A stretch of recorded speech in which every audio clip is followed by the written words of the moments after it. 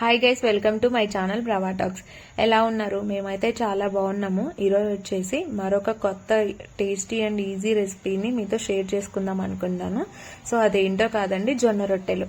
ఈ కాలంలో, ఈ బిజీ డేస్లో మనము ఇంట్లో చేసుకోనికి బరువు అయ్యో లేకపోతే చేసుకోవడం చేత కాకో బయటకు వెళ్ళి 30 రూపీసో 40 రూపీసో పే చేసి మరీ ఒక రొట్టెని కొనుక్కొచ్చుకొని తింటున్నాం అనమాట. సో అది నేను మీకు ఇంట్లోనే చేసుకోవడం ఎలాగో ఈజీ ప్రాసెస్లో చూపిస్తాను.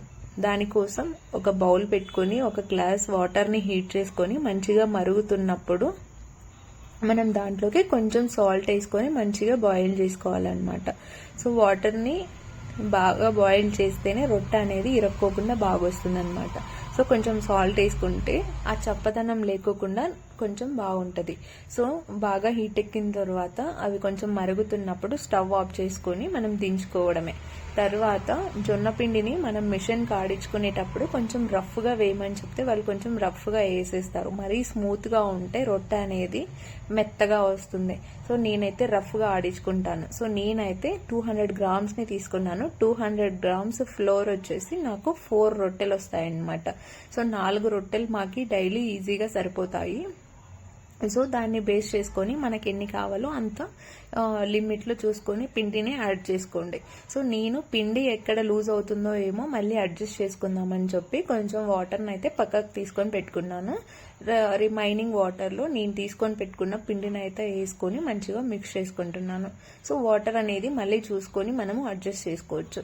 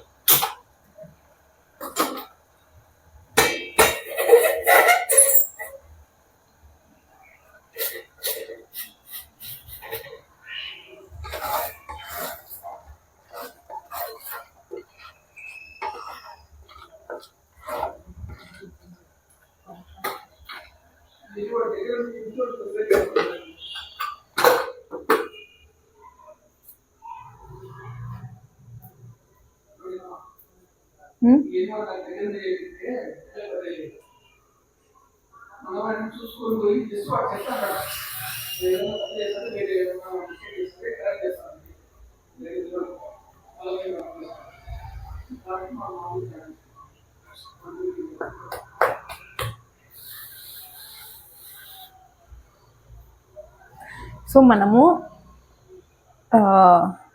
రొట్టెకి ఎప్పుడైనా ఉక్కు పెనమే తీసుకోవాలన్నమాట. ఉక్కు పెనం తీసుకుంటేనే రొట్టెలు బాగా వస్తాయి. సో నాన్ స్టిక్ అవన్నీ మనకి సెట్ అవ్వవు. తర్వాత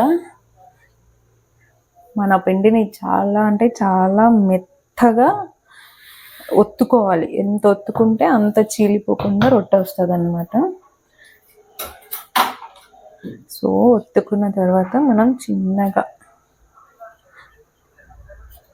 చాలా సెన్సిటివ్గా ఉంటుంది అసలు. మన గోధుమ పిండి బాల్ ఇది ఉంటుంది కదా, సో దాని అంత హార్డ్ ఉండదు అనమాట. కొంచెం మనం గట్టిగా అన్నా కూడా ఇరిగిపోయేంత సెన్సిటివ్ ఉంటుంది. సో మనము ఎప్పుడైనా జొన్నది ఇది రొట్టెకి చేసుకునేటప్పుడు కింద పిండి మ్యాండేటరీ. కింద పిండి లేకుంటే అస్సలు జరగదు, జరగకపోతే ఖర్చుకుంటూ వస్తుంది అనమాట. సో రొట్టెలు డిఫరెంట్ టైప్స్గా చేసుకుంటూ ఉంటారు. చేత్తో ఇట్లా ఒత్తుకునే వాళ్ళు ఉంటారు. సో అలా ఒత్తుకుంటే ఏంటంటే మందంగా వస్తుంది రొట్టె. మందంగా వస్తే నాకు నచ్చదు. సో నేనైతే ఇలా చేసుకుంటాను, చాలా పతలాగా, చపాతీ తిన్న ఫీలింగ్తో క్రిస్పీగా. ఒకసారి చూపిస్తాను మీకే ఫైనల్ అవుట్పుట్ ఎలా వస్తుంది అని చెప్పి. కాకపోతే టేస్ట్ మాత్రం అదిరిపోతుంది. ఒక్కసారి చేసుకుంటే మళ్ళీ నైట్ డిన్నర్లోకి రొట్టెని ఇంక్లూడ్ చేసుకుంటారు అన్నమాట. అంత బాగుంటుంది. కాకపోతే ఏంటంటే కొంచెం అంత ఈజీ కాదు, ఇది కొంచెం కష్టం అనమాట. ఇది ఎక్స్పీరియన్స్ ఉంటేనే చేయగలుగుతాము. సో ఎవరికైనా ఫస్ట్లోనే ఏం రాదు. నాకు కూడా ఫస్ట్లో వచ్చేది కాదు. మా మమ్మీ వాళ్ళు చేస్తూ ఉంటే నేను చూసేదాన్ని, మా అమ్మ వాళ్ళు చేస్తూ ఉంటే నేను చూస్తూ అట్లా నేర్చుకున్నాను అనమాట. ఫస్ట్ 2-3 టైమ్స్ నాకు కూడా ఫెయిల్ అయిపోయింది. తర్వాత నేను చిన్నగా సెల్ఫ్ చేసుకోవడం స్టార్ట్ చేశాను. నా మ్యారేజ్ తర్వాతే నేను స్టార్ట్ చేశాను అనమాట. మా మమ్మీ లేనప్పుడే.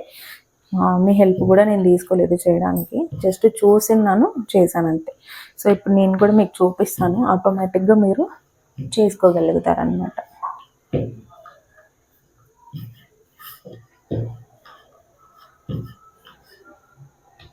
సో మనకి షేప్ అనేది ఎవ్వరూ 100% కరెక్ట్గా చేయలేరు. సో మనకి ఏదో ఒక షేప్లో అనుకుంటే ఓకే, మనము డైరెక్ట్ వేసేసుకోవచ్చు. సో నేనైతే కొంచెం షేప్ని అడ్జస్ట్ చేసుకుంటాను. ఏదైనా ఒక ప్లేట్ పెట్టుకొని మనము రౌండ్గా కట్ చేసుకుంటే బాగుంటుంది. ఈరోజు నాకు కొంచెం పిండి సాఫ్ట్ వచ్చింది. యాక్చువల్గా ఇంత సాఫ్ట్ ఉన్నా కూడా రొట్టె ఇరిగిపోతుంది అనమాట. సో ఇంకా కొంచెం గట్టిగా కలుపుకుంటే ఇంకా బాగా జరుగుతూ వస్తుంది అన్నమాట.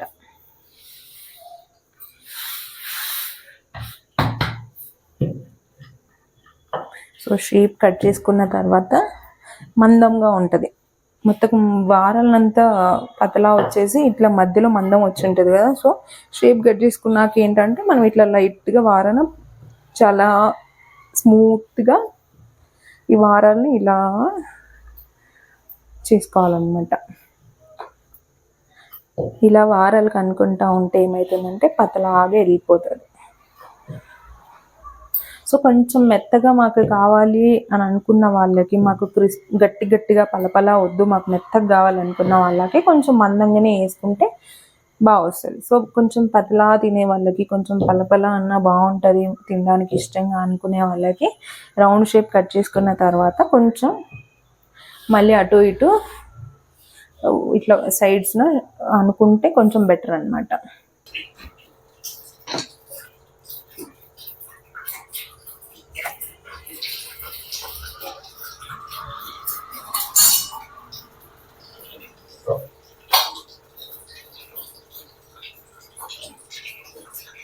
సో కింద మనకి చిన్నగా చెయ్యి వేసుకొని దాన్ని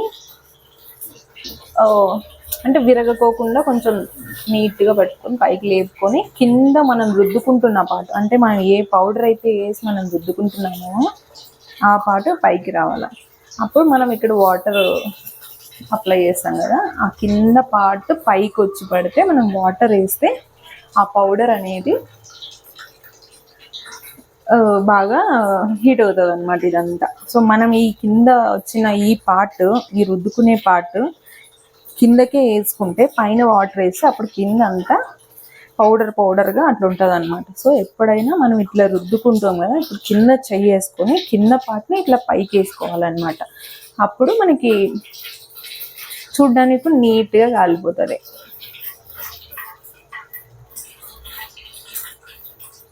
సో కొంచెం వేసిన ఒక 2-3 సెకండ్స్ ఉంచిన తర్వాత కూల్ వాటర్, అంటే మరీ కూల్ అంటే కూల్ కాదు, నార్మల్ వాటర్ని మనము ఒక క్లాత్ తోటి, ఒక కాటన్ క్లాత్ కానీ ఏదో ఒక క్లాత్ తోటి ఇట్లా తీసుకొని దీని మీద ఇలా స్ప్రెడ్ చేసుకోవాలన్నమాట. తర్వాత ఇది కాలిందో లేదో మనం చిన్నగా దబా అంత గెలక్కోకుండా చూసుకోవాలి.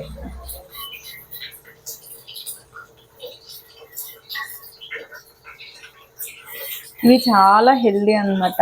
చేసుకొని కొంచెం కష్టమే, కాకపోతే మనం అలవాటు పడితే మాత్రం ఎంత కష్టమైనా సరే చేసుకున్నాక ఆ తినే సాటిస్ఫాక్షన్ ఉంటుంది చూసారా, తినేటప్పుడు ఆ సాటిస్ఫాక్షనే వేరు. నేను కూడా చేసేంతసేపు ఇరిటేషన్గా ఫీల్ అవుతారే, ఇంత టైం పడుతుంది మినిమం అంటే 4 చేయనీకి, ఒక 4 రొట్టె చేయనీకి మనకి ఒక 40 minutes to 45, ఆర్ఎల్స్ ఇంకా స్లోగా చేసుకునే వాళ్ళకైతే 1 hour కంప్లీట్గా తీసుకుంటుంది. సో మనకి ఎక్స్పీరియన్స్ వస్తూ ఉంటే కొంచెం ఈజీగా ఫాస్ట్గా చేసుకోవచ్చు అనమాట. ఈవెందో నేను ఇప్పటికీ అలవాటు ఉన్నప్పటికీ, నేను చేస్తున్నప్పటికీ నాకే 40 minutes తీసుకుంటుంది ఇది. సో మనము కానీ హెల్త్కి మాత్రం చాలా మంచిది ఇది. మనకి డైజెషన్కి కానీ వీటన్నిటికీ బాగా యూజ్ అవుతుంది. చపాతీ తినే ప్లేస్లో మనం దీన్ని రీప్లేస్ చేసుకున్నామంటే నైట్ టైం డిన్నర్లో మనం ఇది ఇంక్లూడ్ చేసుకుంటే చాలా బెటర్ అని నేను చెప్తాను. సో మేమైతే డైలీ మ్యాక్సిమం ఇదే. ఒకవేళ నేను వర్క్లో గిన బిజీ ఉండి నేను చేయలేని, ఇప్పుడు 1 hour అట్లా తీసుకుంటే టైం అని చెప్పాను కదా, సో అంత టైం నేను ఇక్కడ పెట్టలేను, అంత వర్క్ ఉంది నాకు అని అంటే ఆ టైంలో నేను చపాతీ చేస్తాను. అంతేగాని మ్యాక్సిమం డిన్నర్కి రొట్టెనే ప్రిఫర్ చేస్తాం అన్నమాట.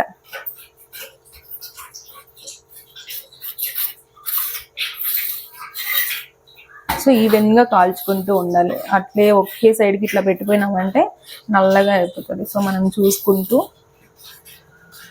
కాల్చుకోవాలి.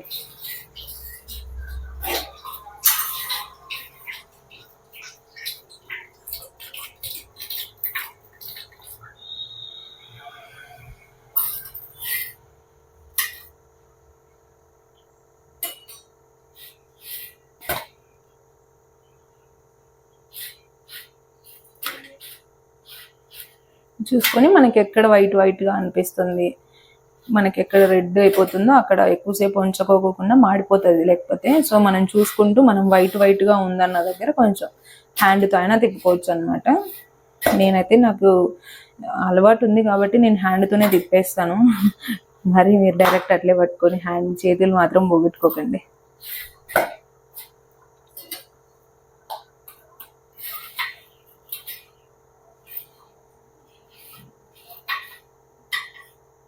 సో మనకి ఇప్పుడు మిడిల్లో బాగా కాలిపోయింది, మనకి ఈ చివరిన కాలాలి అన్నప్పుడు మిడిల్కి ఈ చెలాకు ఉంటుంది కదా, ఇది పెట్టేసి ఇట్లా పెట్టేసినామంటే సో మిడిల్లో అనేది అంత హీట్ అవ్వదు, జస్ట్ ఇటు సైడ్ అవుతుంది. లేదా మనం ఇట్లా సైడ్కి మాత్రమే పెట్టుకొని అయినా కాల్చుకోవచ్చు. సో ఈవెన్గా కాలితేనే బాగుంటుంది. జొన్న పిండి కదా, పచ్చిగా ఉంటే తినాలన్నా కూడా తినలేము. జొన్నలు అనేవి మనకి చాలా మంచిది హెల్త్కి. మనము జొన్నలతో దోశ వేసుకోవచ్చు, జొన్నలతో అన్నం చేసుకోవచ్చు, జొన్నలతో మనం ఏదైనా చేసుకోవచ్చు, ఏ రెసిపీ అయినా ట్రై చేయొచ్చు. సో నాకు ఫ్రీ ఉన్నప్పుడు నేను ఎప్పుడైనా ఏదైనా జొన్నలతో ట్రై చేస్తే మీతో కూడా కంపల్సరీ షేర్ చేసుకుంటాను.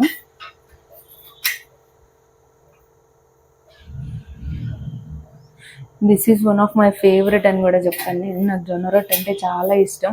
మా అమ్మ చేస్తే మాత్రం పల్చగా వస్తాయి అసలు.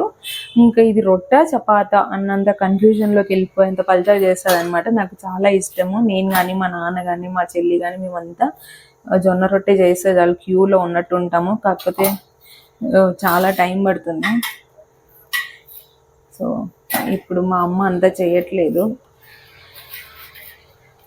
అందుకే నేను నేర్చుకున్నాను. ఇప్పుడైతే నేనంతకు నేనే చేసుకుంటాను. నాకు ఎప్పుడు జొన్న రొట్టె తినాలనిపిస్తే అప్పుడు మ్యాక్సిమం తింటానని చెప్పాను కదా. చూడండి, మీరు కూడా ఒకసారి ట్రై చేసి చూడండి. టేస్ట్ అయితే అదిరిపోతుంది. మీరే చెప్తారు జొన్న రొట్టె ఇంత ఈజీనా అని. అంత ఈజీగా చేసుకోవచ్చు. అమ్మో జొన్న రొట్టెనా, అదేదో పెద్దవాళ్ళే చేస్తారు, పల్లెల్లో పెద్దవాళ్ళు ఉంటారు కదా వాళ్ళే చేస్తారు, మనం చేయలేమని అని మాత్రం అనుకోకండి. చాలా ఈజీగా చేసుకోవచ్చు.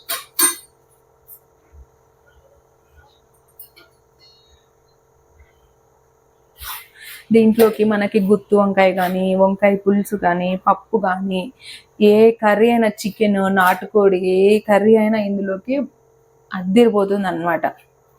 సో నేనైతే పక్కన ఈరోజు తోటకూర ఫ్రై చేసుకున్నాను రొట్టెలోకి.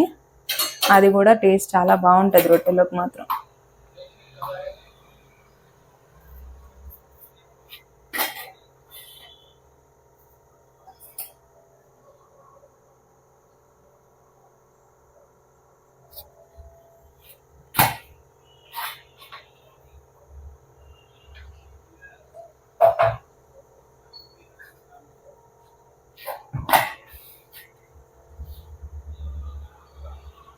సో మొత్తం ఇలా కాలిపోయిన తర్వాత మనకి ఎక్కడ పచ్చిగా అనిపించలేదు, అంటే పిండి పిండిగా ఏం లేదు, మొత్తం అంతా కాలినట్టే అనిపిస్తుంది కదా.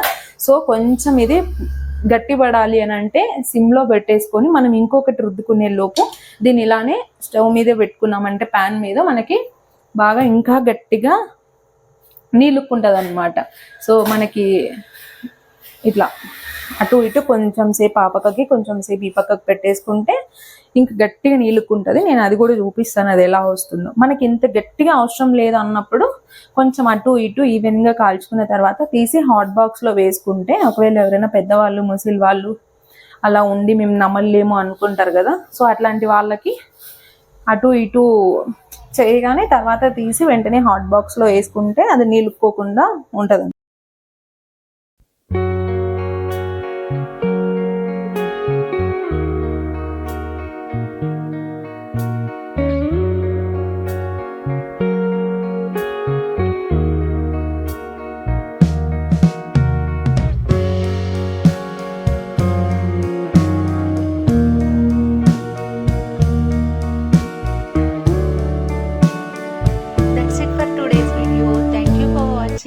నా ఛానల్ని కొత్తగా చూస్తున్న వాళ్ళైతే ప్లీజ్ సబ్స్క్రైబ్ చేసుకోండి. అలాగే ఈ వీడియో నచ్చినట్లయితే లైక్ చేయండి, షేర్ చేయండి. మళ్ళీ నెక్స్ట్ వీడియోలో కలుద్దాం. Until then bye bye, take care.